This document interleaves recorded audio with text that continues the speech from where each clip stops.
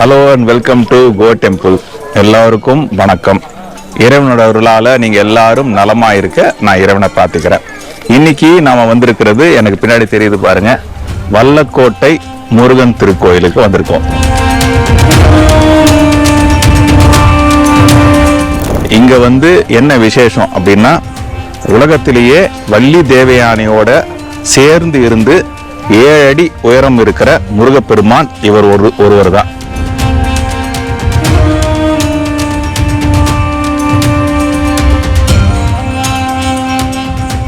அதுலயும் பாடல் பெற்ற ஸ்தலம். பாடல் பெற்ற ஸ்தலத்துல 7 அடி உயரம் இருக்கிற மூலஸ்தானத்துல இருக்கிற முருகன் இவர் ஒருவர் தான். அதை ஏன் குறிப்பிட்டு சொல்லனா, இப்போ நிறைய திருக்கோயில்கள் வந்திருக்கும். புதிதா ஏற்பட்ட திருக்கோயில்கள்ல எவ்வளவு வேணாலும் அடி பெரிய பெரிய முருகனை நீங்க பார்த்திருக்கலாம். ஆனா 1500 வருஷம் பழமையான பாடல் பெற்ற ஸ்தலமான இந்த முருகப்பெருமான் தான் உலகத்திலேயே மிகப்பெரிய முருகன். திருப்புகழ் பாடுறப்ப கோடையநகர் பெருமாளே அப்படின்னு கோடையாண்டவர் சுவாமியினுடைய திருநாமம். சுவாமியினுடைய திருநாமம் கோடையாண்டவர் அப்படின்னு. இங்க எப்படி அப்படின்னா, அருணகிரிநாதர் வரப்ப ரொம்ப இங்க அப்படியே காடாக இருந்த இடம். சரிங்க.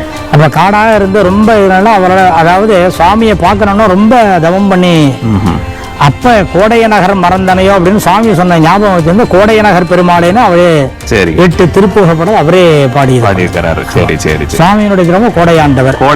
ஆமா, கோட்டையை வென்றான் வல்லக்கோட்டைங்கிறது அந்த பகீரநாதர் வல்லக்கோட்டைங்கிற பேர் வந்து. 7 அடி உயரமுள்ள இந்த முருகப்பெருமான தரிசிச்சா நமக்கு என்ன பலன் இருக்கு? இங்க பகீரதன் அவருடைய இழந்த பதவியை, அரச ஆட்சி எல்லாத்தையும் இழந்து திருப்பியும் மீட்டெடுத்து கொடுத்த இந்த இறைவனை தரிசிச்சா நமக்கு இழந்த பதவி கிடைக்கும்.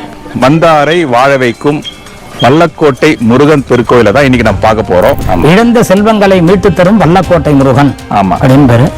அதே மாதிரி பகீரத அரசனுக்கு மறுபடியும் காட்சி கொடுத்ததாக ஐதீகம். மறுபடியும் கோட்டையை பிடிச்சான் அப்படின்னு கோட்டை வல்லக்கோட்டைங்கிற பதவி நம்மளுக்கு இழந்தோம்னா திருப்பவும் பதவி கிடைக்கும். புராண கதை.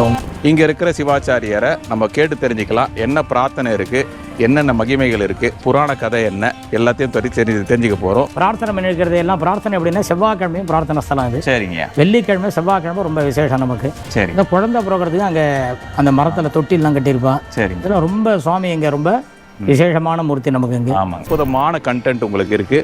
முருகன் திருக்கோயில போய் பார்ப்போம். அபிஷேகமும் இருக்கு. அற்புதமா நம்ம ஒன்னொன்னா சுத்தி காட்டுறேன். உள்ள போலாம் வாங்க. இந்த திருக்கோயிலை பற்றிய முழு விவரங்களை தெரிந்து கொள்ள எங்களுடைய கோ டெம்பிள் யூடியூப் சேனலில் பாருங்கள்.